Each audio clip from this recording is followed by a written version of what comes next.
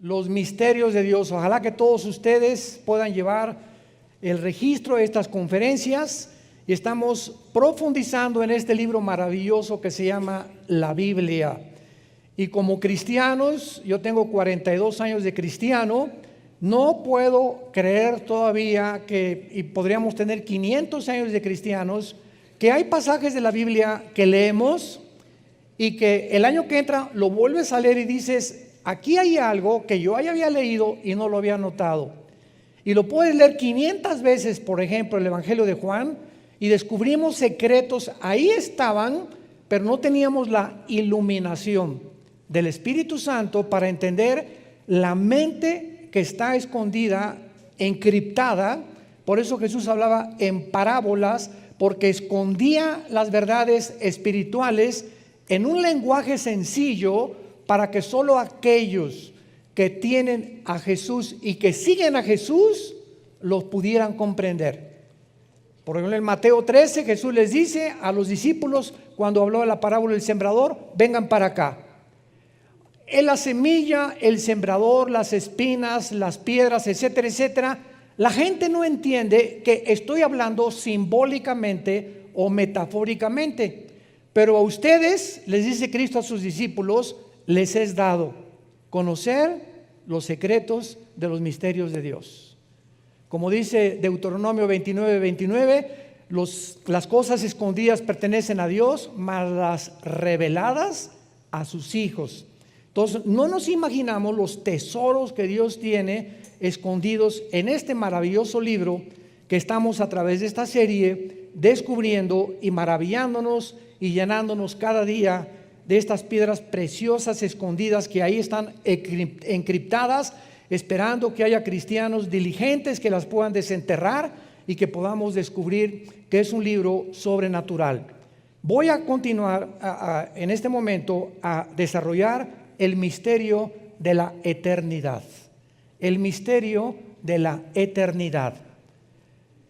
El tiempo siempre ha sido uno de los misterios por muchas generaciones.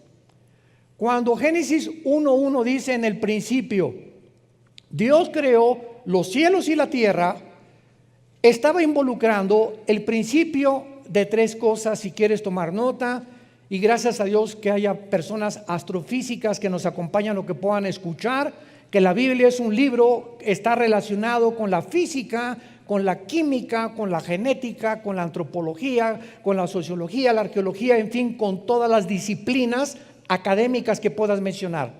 Entonces, cuando dice la Biblia, en el principio Dios creó los cielos y la tierra, está hablando del principio del tiempo, de la materia y del espacio.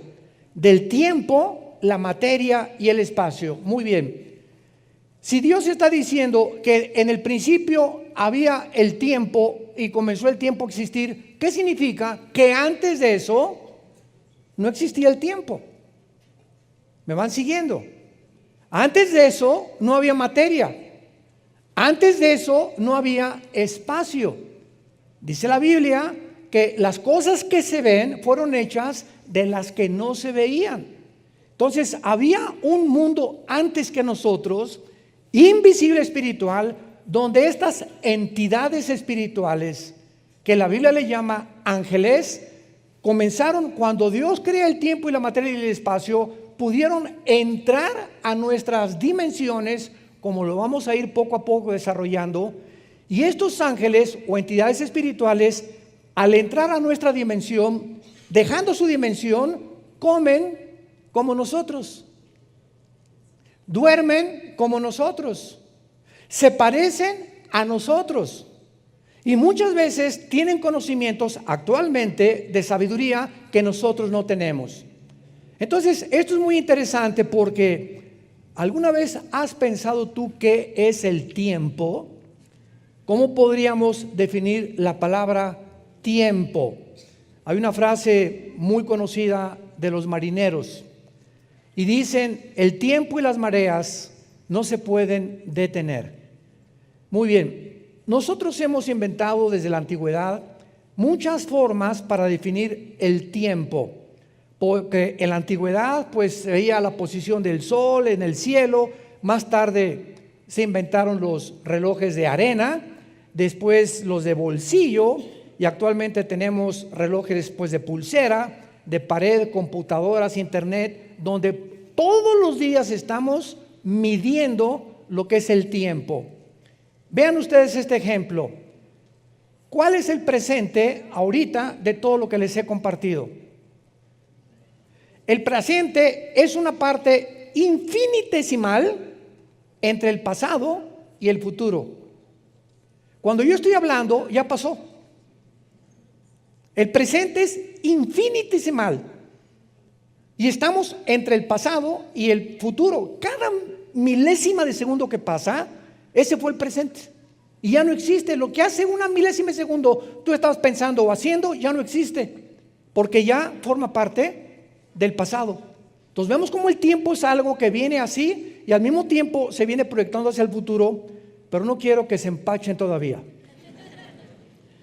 Veamos por ejemplo en Apocalipsis capítulo 10 versículo 6 que la Biblia dice en este último libro de la Biblia, Apocalipsis 10:6, y juró por el que vive por los siglos de los siglos, que creó el cielo y las cosas que están en él, la tierra y las cosas que están en ella y el mar y las cosas que están en él, que el tiempo no sería más.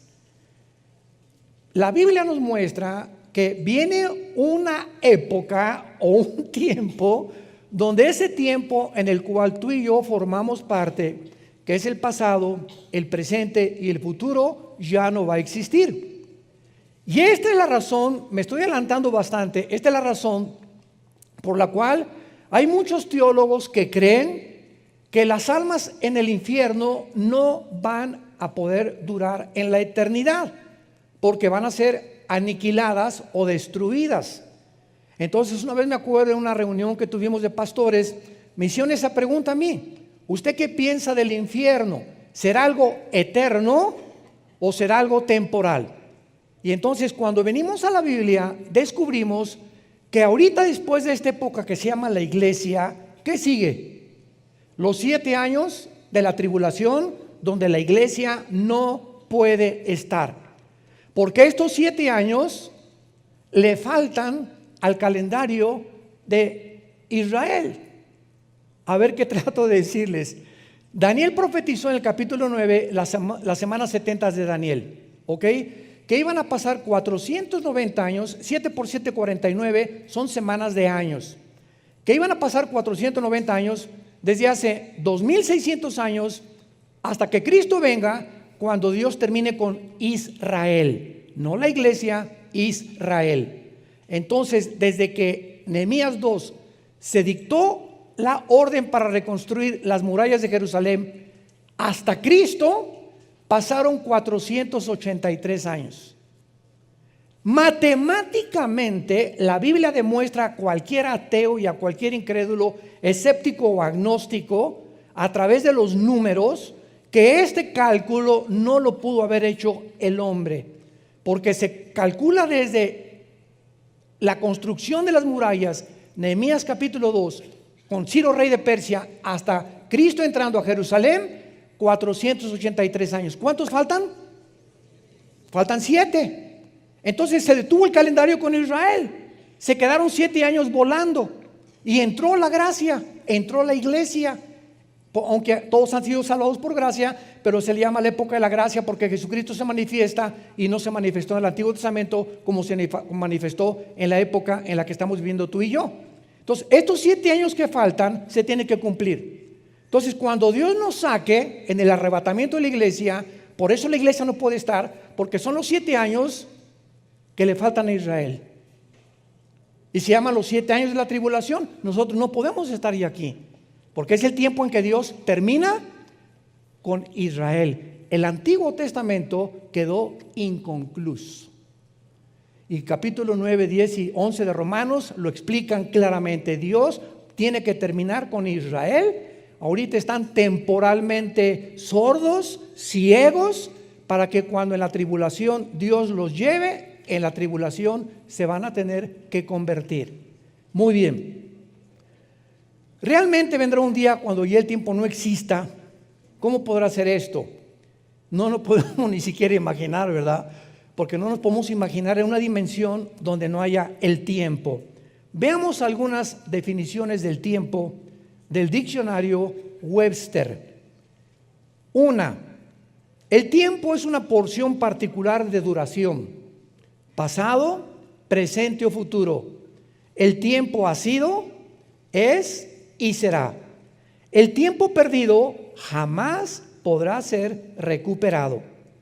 Sin duda hay mucho que digerir de estas definiciones, pero básicamente podríamos resumir que el tiempo es la totalidad de los elementos o de los tres elementos: pasado, presente y futuro.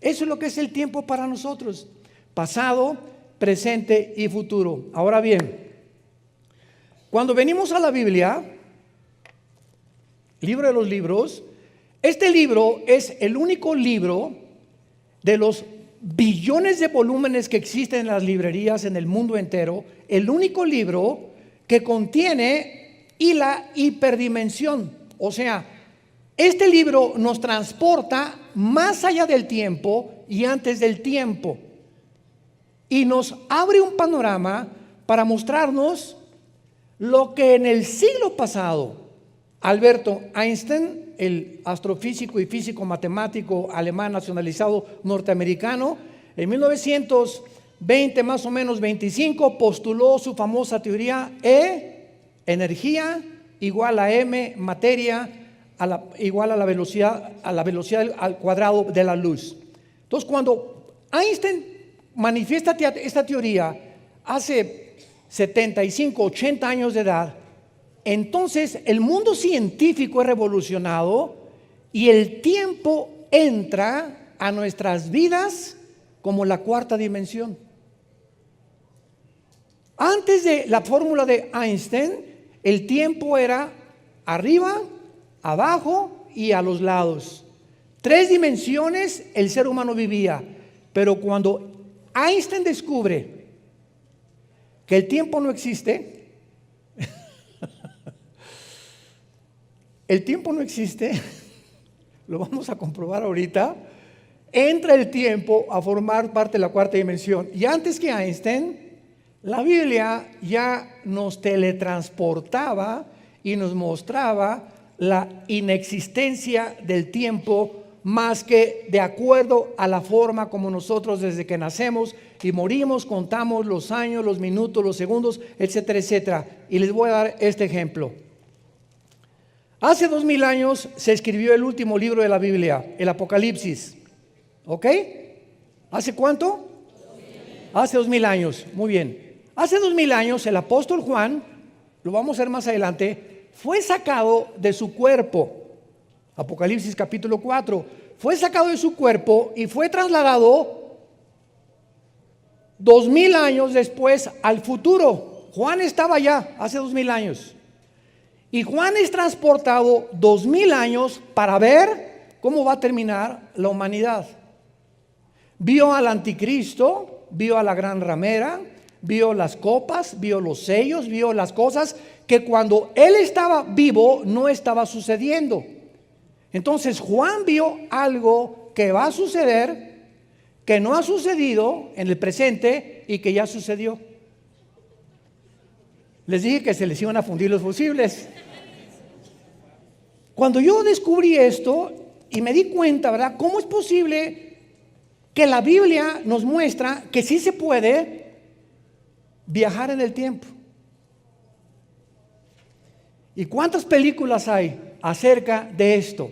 Viajeros del espacio, o personas que se transportan o que regresan en el pasado a la época de Hernán Cortés y que aparecen de repente en la época de Hernán Cortés vestidos diferentes y regresan otra vez al siglo XX de donde fueron sacados.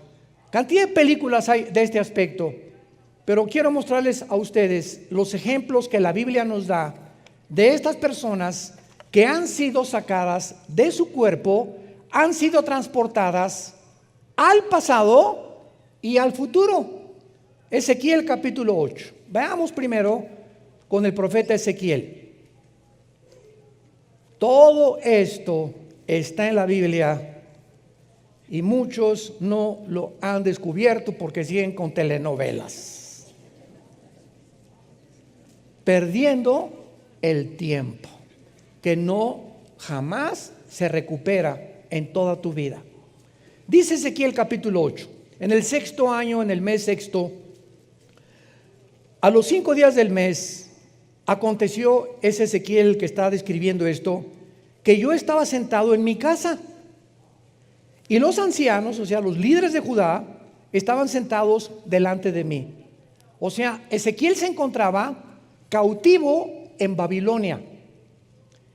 Y allí se posó sobre mí la mano de Jehová el Señor. Y miré, he aquí una figura que parecía de hombre. Desde los lomos para abajo, fuego. Desde sus lomos para arriba, parecía resplandor. El aspecto de bronce refulgente. Él está describiendo a un ángel, que así es como se describen en Daniel también. Entonces ahí está sentado Ezequiel, se le aparece un ángel. Y aquella figura extendió la mano y me tomó por las orejas, o sea, traía trenzas en su cabello Ezequiel. Y el espíritu me alzó, o sea, lo sacó de su cuerpo entre el cielo y la tierra. Entre el cielo y la tierra. No arriba del cielo, entre el cielo y la tierra, donde el tiempo existe. Y me llevó en visiones de Dios a Jerusalén. En otras palabras, aquí está Ezequiel. Señor, ¿por qué estamos sufriendo todos los judíos? ¿Por qué estamos aquí en Babilonia exiliados, sin altar, sin sacerdotes, sin ofrendas, sin ovejas, sin nada? ¿Qué pasó, Señor? Realmente quiero saber. Eso es lo que anteriormente estaba Ezequiel pensando. Entonces Dios lo saca de su cuerpo y lo lleva al pasado a mostrarle a Ezequiel la razón por la cual se encontraban ellos en el exilio. Y cuando Ezequiel descubre todo lo que Dios le muestra, por ejemplo, en el versículo 5, Dios le dice, me dijo, hijo de hombre, alza tus ojos hacia el norte. Alcé mis ojos hacia el norte, he aquí al norte, junto a la puerta del altar, aquella imagen del cielo. Lo primero que Dios le muestra a Ezequiel es que en la entrada de lo que ellos tenían como el templo sagrado, había ídolos. Se habían vuelto a la idolatría, la imagen del celo, porque dice Santiago 4:4 que Dios es un Dios celoso. Y cuando nosotros dejamos a Dios siendo cristianos, por la novia, por el novio, por el deporte, por lo que sea, provocamos a celos a Dios. Son celos santos. ¿Qué significa esto? Que por el amor que Dios nos tiene, Él sabe que en cuanto nos alejamos de Él, comenzamos a autodestruirnos. Comenzamos a hacernos daño, creyendo que es mucho mejor lo que el mundo nos ofrece. No es cierto, no es cierto, no es cierto. Entonces Dios tiene que intervenir, lo que se llama en Hebreos 12 la disciplina de Dios, porque Dios al que ama duro y duro y duro, pau, pau, pau. Porque si no nos hace pau, pau y pau, Dios no nos pudiera amar. Los papás que no disciplinan a sus niños, no es cierto que los aman. Están involucrados en un sentimentalismo completamente negativo. Porque así como le hago al niño pau, pau, pau, lo abrazo y lo beso. El pau, pau, pau es señal que lo amo. El niño no lo entiende, pero cuando crece se da cuenta, gracias porque a tiempo mis padres me corrigieron. Bueno, ya más adelante, ¿verdad? En el versículo 14 de Ezequiel 8, lo lleva a la entrada a Ezequiel de la puerta de la casa.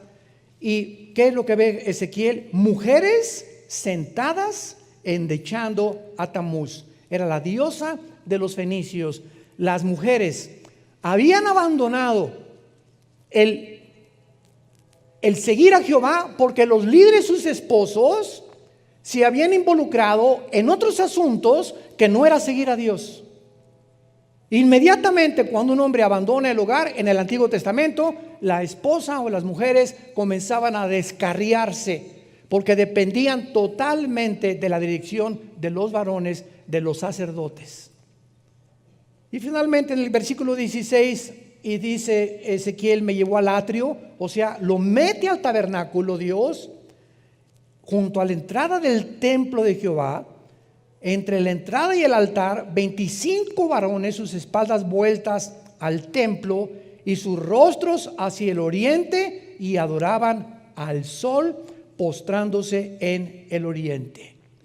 Pero lo más grave de todo esto que Dios le muestra a Ezequiel, por qué se encontraban exiliados, se encuentra en el versículo 10 y 11. Entré pues y miré. Ezequiel está entrando al lugar santo, a lo privado, donde la gente de afuera del pueblo de Israel no podía ver lo que los sacerdotes hacían, y menos el sumo sacerdote en el lugar santísimo en Yom Kippur, cuando ofrecía el sacrificio final. Entré y miré, y toda forma de reptiles y bestias abominables y todos los ídolos de la casa de Israel, que estaban pintados en la pared todos alrededor, y delante de ellos estaban 70 varones, los líderes de Israel. Tenían la mente completa llena de pornografía. La Biblia compara en Levítico 11 los reptiles y los animales abominables a Dios, siempre con la sexualidad. Y cuando dice la Biblia y vio la desnudez, significa relaciones sexuales, como ayer explicamos en la conferencia a los jóvenes. Entonces, los líderes de Israel, que se suponía que tenían guiar a Dios, sus mentes estaban infectadas. Y el Espíritu Santo lo escribe con reptiles, ídolos, bestias abominables pintados en las paredes, o sea, en las paredes de sus mentes. Y entonces, en el capítulo 9, versículo 4, vean el juicio. Le dijo Jehová: pasa por el medio al ángel, por el medio de Jerusalén, ponles una señal en la frente a los hombres que gimen y que claman a causa de estas abominaciones que hacen en medio. Y a los otros dijo, a los otros ángeles: pasad por el medio de la ciudad, matad, no perdone vuestro ojo ni tenga misericordia. Maten viejos, jóvenes, vírgenes, niños, mujeres, hasta que no coman ninguno, y comenzaréis con el Partido Comunista. Comiencen con los prostíbulos. Comiencen con todos los que se han involucrado en transgénero. Comiencen con los borrachos, parranderos y jugadores. Comiencen en mi santuario. El juicio comienza primero en la casa de Dios. Y lo confirma 1 Pedro capítulo 3 en el Nuevo Testamento. Si Dios va a juzgar al mundo, va a comenzar con nosotros.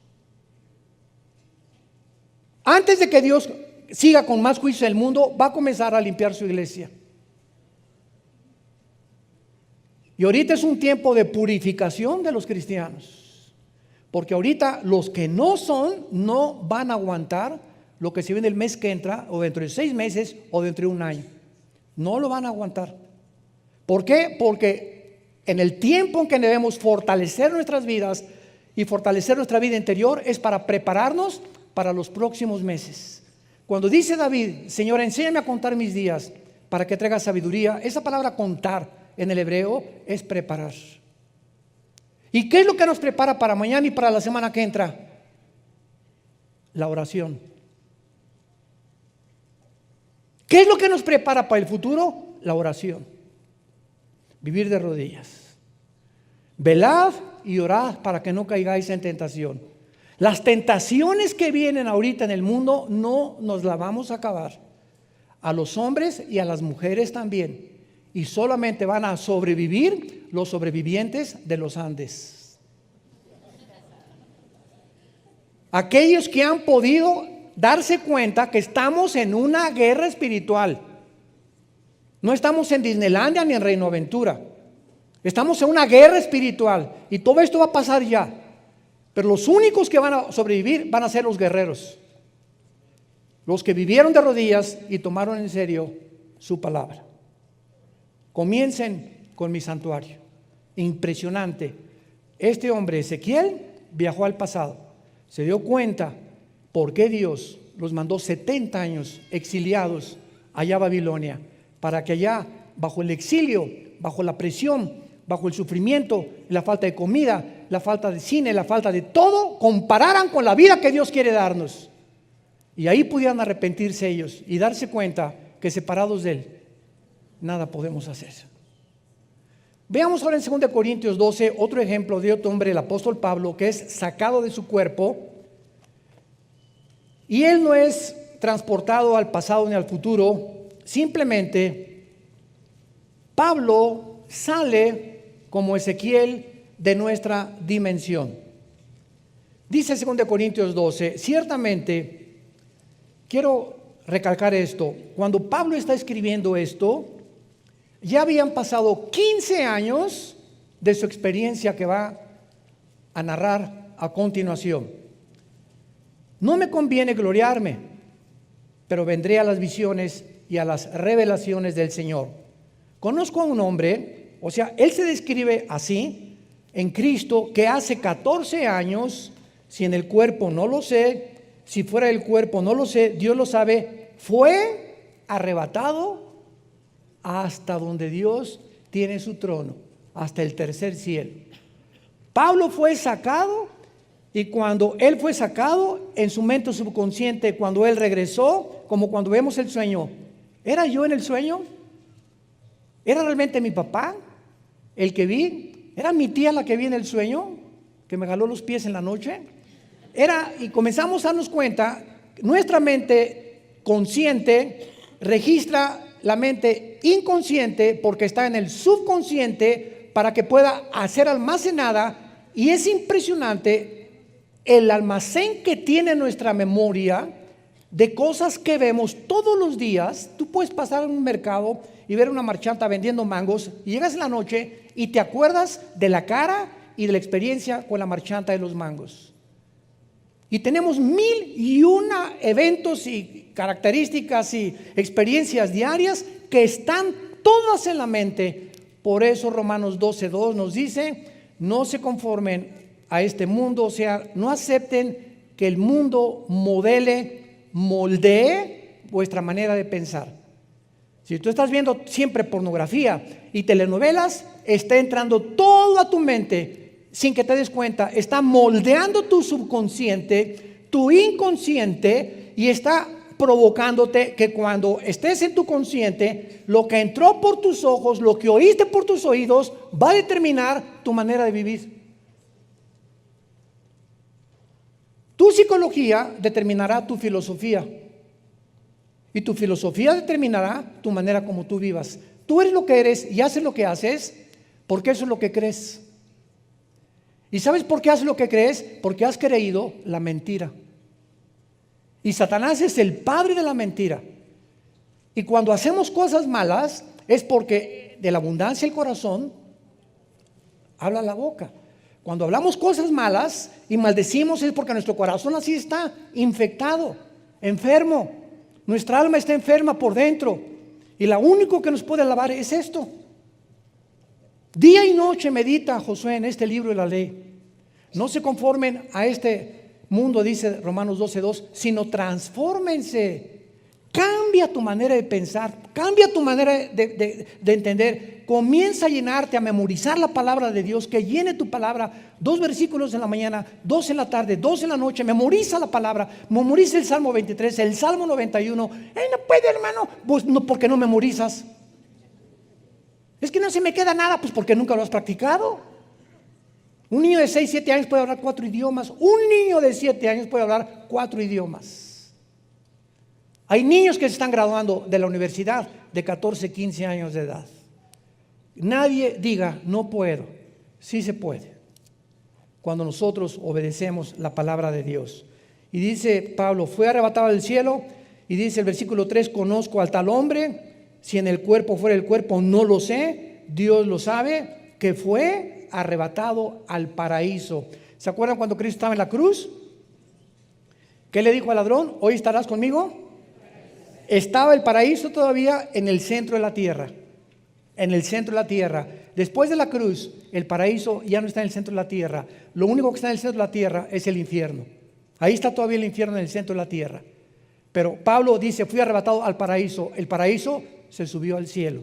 Porque todos los que estaban en el paraíso, esperando desde Adán hasta la muerte de Cristo, su crucifixión, fueron sacados de ahí y trasladados al cielo con Dios. Entonces el ladrón junto a la cruz bajó con Cristo en esos 3 días, y cuando resucitó Cristo se llevó a todos para que pudiéramos de la cruz a nuestros días, ausentes del cuerpo, presentes en el Señor. Y finalmente tenemos al apóstol Juan, Apocalipsis capítulo 4, que se encuentra exiliado por un emperador romano en la isla de Patmos, que está junto al mar Egeo. Está exactamente al occidente de Grecia. Si estás en la península griega, a la izquierda, en el occidente, ahí está la isla de Patmos. Y dice Juan, cuando estaba ahí en la isla, después de que describe los candeleros del capítulo 2 y 3, después de esto, miré, he aquí una puerta abierta en el cielo. La Biblia nos muestra que hay muchos hombres que estando aquí en la tierra, Dios les permite abrir el primer cielo, el segundo cielo y ver el tercer cielo. Cuando Esteban, ¿se acuerdan? Hechos capítulo 7, lo están matando a pedradas. En ese momento Esteban, cuando las piedras venían a romperle el cráneo y destruir su cara, se cayó de rodillas y dijo, veo el cielo abierto y al Hijo de Dios sentado junto al trono de Dios. Antes de morir, Dios le concede a Esteban la gracia de morir, porque como los mártires, los que mueren como mártires, Dios les concede en los últimos momentos aguantar el sufrimiento, ya que tomaron el primer paso de voy a morir por Cristo, les concede a los mártires Dios aguantar. Y todos los que fueron quemados en el primer siglo y segundo siglo de la época cristiana, y todos los grandes hombres que los echaron a los leones, ahí estaban en los leones con los mamás, con la niña, con el chiquito, en los matrimonios, abrían las jaulas, salían los leones y los tigres y me decían, no, písanlo, sáquenme de aquí. Nadie, dice el historiador Josefo y Plinio, cantaban alabanzas a Dios. En ese momento eran llenos de un poder sobrenatural para morir como héroes y valientes y guerreros de Dios.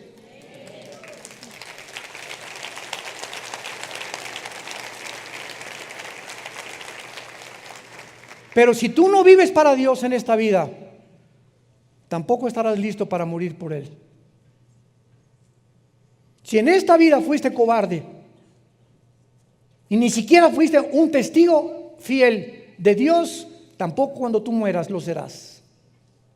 Tenemos primero que vivir para que Dios nos conceda esa gracia al morir, de morir en paz, o por lo menos si morimos de esa forma como mártires, saber que en ese momento Dios nos sostendrá y nos proveerá la forma en la que pasemos al otro lado de la vida. Dice Apocalipsis 2, y ellos le han vencido por la sangre del Cordero y porque menospreciaron sus vidas hasta la muerte. Porque el que quiera salvar su vida, la va a perder, pero el que la pierda por causa de mí, la salvará. Muy bien, veamos ahora a continuación lo que hablábamos de Alberto Einstein con su teoría E igual a mc al cuadrado. La energía es igual a la masa por la velocidad de la luz al cuadrado. Veamos algunos aspectos acerca del tiempo. En Isaías 57, versículo 15, ya entramos un poco más profundo en este momento. De aquí en adelante vamos a ver que básicamente Einstein creía que era posible, vuelvo a repetir, viajar en el tiempo. Einstein lo aseguró, y esto es algo bíblico. Antes de que cualquier científico, astrofísico, psiquiatra, psicólogo, lo que tú me quieras mencionar, postule algo de genético, lo que sea, la Biblia ya lo decía con siglos de anticipación. Entonces vemos que Dios toma varias personas en la Biblia, como lo hemos visto, y vemos a continuación que realmente en el cielo no existe el tiempo. En el cielo no existe el tiempo, porque Dios es el que habita en el pasado, en el futuro o en dónde. Isaías 57:15. Así dijo el alto y sublime, el que habita en la eternidad, no el que habita en la dimensión de nosotros, y cuyo nombre es el Santo. Yo habito en la altura y la santidad, y con el quebrantado y humilde de espíritu, para vivificar o para hacer vivir el espíritu de los humildes. Nada más. Y para vivificar el corazón de los quebrantados. El mismo Dios que habita fuera de nuestra dimensión, de 4 dimensiones donde vivimos nosotros, todo el universo, hasta la última estrella y hasta el último planeta que pudiera existir, o hasta el último hoyo negro que se perciba en el cielo cósmico, todo el universo en el cual nos encontramos nosotros, en el planeta Tierra, todo el universo está bajo 4 dimensiones. Bajo 4 dimensiones. Y arriba de ese universo, nosotros pensamos, habrá una nave que salga de la Tierra a más que la velocidad de 300,000 kilómetros por segundo, que es la velocidad de la luz, y que podamos llegar al cielo, donde está Dios. No, porque ese cielo donde está Dios no está dentro del final del universo. Está fuera completamente de las 4 dimensiones donde exista la materia y donde existe el tiempo. Y es igual también cuando alguien dice, ¿y si hacemos un pozo en la tierra, llegaremos al infierno? No, porque abajo en la tierra no es Cancún. En el centro de la tierra, lo único que sabemos es que hay fuego. Esto es científico, por los geofísicos, es fuego. Pero si bajamos hacia la tierra, no vamos a encontrar el infierno, porque el infierno se encuentra en otra dimensión. En una dimensión donde los que están en el infierno están bajo una llama que no se queman. Están vivos y tienen memoria. Y recuerdan lo que hicieron en la tierra. Pero al mismo tiempo, ahí tienen ya 2,000, 3,000 años y no han envejecido. Están esperando ser sacados para ser lanzados después del milenio al lago de fuego. Entonces no vamos a poder encontrar el infierno, porque es otra dimensión invisible a nuestros ojos, que es más real que la de nosotros. Porque ellos, o los ángeles que pertenecen a esa dimensión, como los que están en el infierno y en el cielo, tienen acceso a nuestra dimensión. Nosotros estamos limitados de salir de nuestras 4 dimensiones, más que en los casos excepcionales que acabamos de mencionar. Cuando Dios sacó a Elías, también le abrió los ojos y vio los ejércitos de Dios. Ezequiel fue transportado al pasado. Pablo le reveló cosas a Dios que dijo, no hay lenguaje para decirles lo que vi en el cielo. Y Juan, que Dios le dio todo el Apocalipsis allá desde el cielo también. Entonces, en el tiempo, en la eternidad, no existe el tiempo, el pasado ni la materia. Y ahora vamos a entender esto para poder pasar más profundamente. Antes de que no existiera nada, existía Dios. ¿Dónde habita Dios? Vamos a poner aquí, ojalá tuviera yo aquí una pantalla o algo, ¿verdad? Pero vamos a pintarlo como fuera una franja en la eternidad. Y Dios decide crear un mundo o una dimensión en la que tú y yo vivimos. Y entonces Dios crea 3 cielos. En el principio Dios creó, ¿singular o plural? Son 3 cielos. Lo explica también 2 Corintios 2 el apóstol Pablo, que es de la atmósfera hacia abajo, es el primer cielo, donde es el campo de batalla de Satanás. Efesios 2 del 1 al 3. Después sigue el cielo cósmico y después sigue el tercer cielo, donde Dios de la eternidad decide bajar y hacerse un cielo para que desde ese tercer cielo poner su trono, un trono que antes no tenía, aunque Él es el soberano del universo, y desde el tercer cielo tener control sobre el mundo que creó, bajar y subir, como lo vemos en la Biblia, que Dios bajó, platicó con Abraham, y muchas veces se aparece en la forma de Jesucristo, pero antes de que fuera encarnado, etcétera, etcétera. Pero el tercer cielo también va a desaparecer, y ese tercer cielo, donde ahorita Dios escogió tener su trono, ¿dónde creen que lo va a cambiar? a la ciudad de Jerusalén. Jerusalén será el lugar, y en toda la Biblia lo encontramos, donde Dios decide bajar del tercer cielo y ahí establecer su trono. Y desde Jerusalén va a controlar el nuevo universo que Él va a crear, con los nuevos cielos y la nueva tierra. ¿Y quiénes creen que vamos a hacer ahora? Ya no los ángeles, sus agentes, que seremos enviados a quién sabe cuántas galaxias. ¿Quiénes creen que vamos a hacer nosotros? Bueno, ya se los dije. Nosotros. Insignificantes moluscos que somos ahorita. Caracoles que no entendemos muchísimas de las cosas de Dios. Limitados por la muerte, el sufrimiento, la tristeza. Y los ángeles que tienen más sabiduría y poder pasarán debajo de nosotros. Porque ahorita los ángeles se les llama en la Biblia la familia de Dios en el cielo. Y nosotros somos la familia de Dios en la tierra.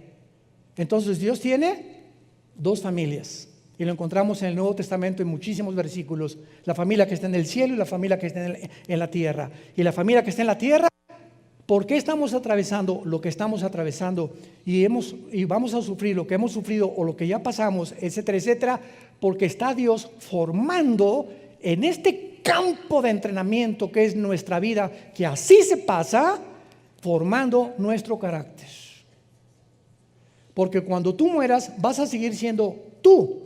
Tú, Fernando, vas a seguir siendo Fernando de Atizapán de los elotes. Y tú vas a seguir siendo Carmelita y yo voy a seguir siendo Armando, pero con otra mentalidad. Pero la conciencia, nuestro yo, nuestro ego, vamos a seguir siendo nosotros. Claro que con cuerpo ahora Rambo se va a quedar chiquito. Y Madonna para las mujeres, ¿verdad? Pero nuestra personalidad no la podemos dejar. Seguiremos siendo nosotros. Y nos vamos a dar cuenta cuando veamos todo lo que vamos a hacer, que valió la pena. Como dice Romanos 8, el apóstol Pablo, las cosas que hemos sufrido no se pueden comparar con las glorias que Dios tiene para aquellos que le aman.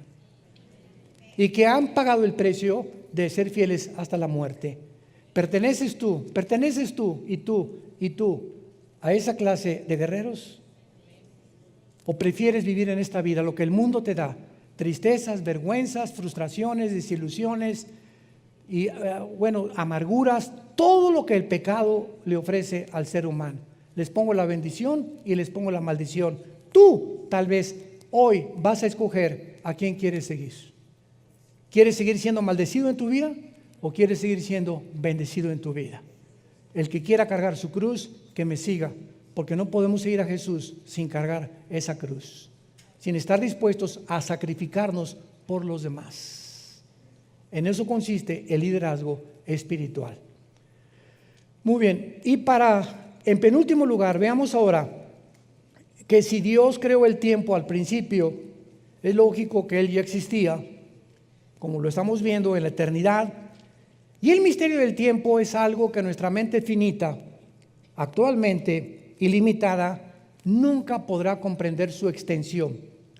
Por eso decíamos que cuando el infierno está ahorita y hay gente sufriendo en el infierno, y dice en Apocalipsis 20 que el anticristo y el falso profeta van a ser lanzados al lago de fuego, después de 1000 años, o sea, tiene ahorita miles de años los que están en el infierno. Después del milenio sigue la eternidad, la Nueva Jerusalén. Y en la Nueva Jerusalén, Apocalipsis 21 y 22, ya el tiempo no existe como ahorita. Entonces la pregunta es, en la eternidad, cuando dice la Biblia, sufrirán el infierno por los siglos de los siglos, estos siglos es una medida del tiempo. Entonces muchos teólogos dicen, no, es que las almas van a estar por toda la eternidad en el infierno, porque dice por los siglos de los siglos. Y cuando nos metemos a estudiar el tiempo, teológicamente nos damos cuenta que solo Dios sabe en la eternidad si van a ser aniquilados. El Salmo 37 dice que van a ser destruidos. Más de 7 veces las almas de los impíos serán consumidas, serán destruidas. Y si esto es verdad, será después de la Nueva Jerusalén. Pero mientras tanto, el infierno está calientito y también el lago de fuego para todas aquellas personas que se negaron a seguir a Jesucristo. Ahora muy bien, en Juan capítulo 1, hay una revelación tremenda acerca del tiempo, y no solamente del tiempo, sino también de la misma, asombrémonos, filosofía. Recuerdo hace algunos años que me invitaron a la Facultad de Filosofía y Letras en la UNAM, y me acuerdo que el que estaba al frente de esta facultad me dijo: señor Alducin, por favor, no meta usted a Dios. Y no queremos religión, porque así comenzamos a entrar en las universidades con la evolución o la creación o la filosofía del ateísmo, y con esos títulos ya estaba más o menos camuflajeado, ¿verdad? Para que nos pudieran abrir las puertas en muchas escuelas y universidades.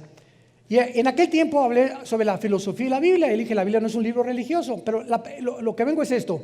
A estos estudiantes de filosofía les hice esta pregunta: ¿ustedes creen que Sófocles, Aristóteles, Platón, Sócrates, todos estos filósofos de la época de oro, 250 años antes de Cristo más o menos, los filósofos del siglo XX, Freud, Ingersoll,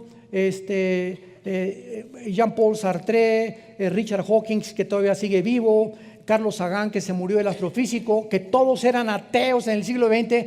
¿Ustedes creen que todos estos ateos del siglo XX, filósofos, superaron la filosofía de los griegos? Y todos los estudiantes comenzaron a verse unos a los otros, no se atrevían a contestar. Y les dije: ¿saben por qué no se atreven a contestar? Porque es impresionante que esta filosofía de los griegos, que llegaron a una lógica elemental a conocer a Dios, los filósofos del siglo XX, ensoberbecidos por la tecnología y el descubrimiento y el ADN y las computadoras, llegaron a negar a Dios. Nunca en la historia ha habido tantos ateos más que en el siglo XX. Nunca en la historia.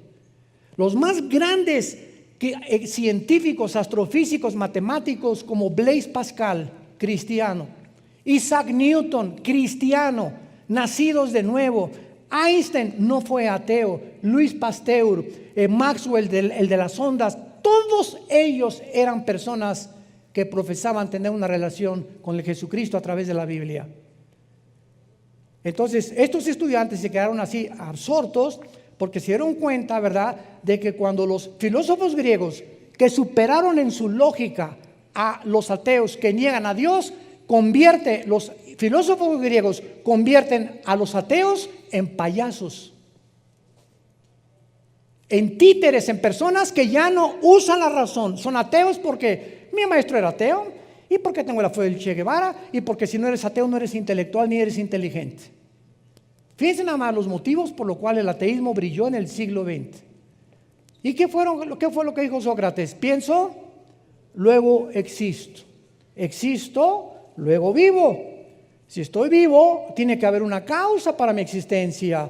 Y si esta causa no está en mí, trasciende mi humanidad y mi inteligencia. Y ellos no sabían exactamente qué Dios, pero concluyeron que había un ser superior, que era imposible que pudiéramos ser títeres del destino y nos hubiéramos creado a nosotros mismos con una ADN que fue descubierto en 1954, donde vemos nosotros la complejidad de las proteínas, del nitrógeno y el helio, que son el 95% de todo el universo está cubierto de nitrógeno y de helio, y de toda la materia, la composición que existe. ¿Cómo pudo esta materia y este ADN, como robotitos, darles instrucciones a cada célula para que produzcan y superen a cualquier fábrica que el ser humano haya podido fabricar? Profesando ser sabios, dice Romanos 1, 20 y 22, se hicieron necios. Y ahora nosotros levantamos este libro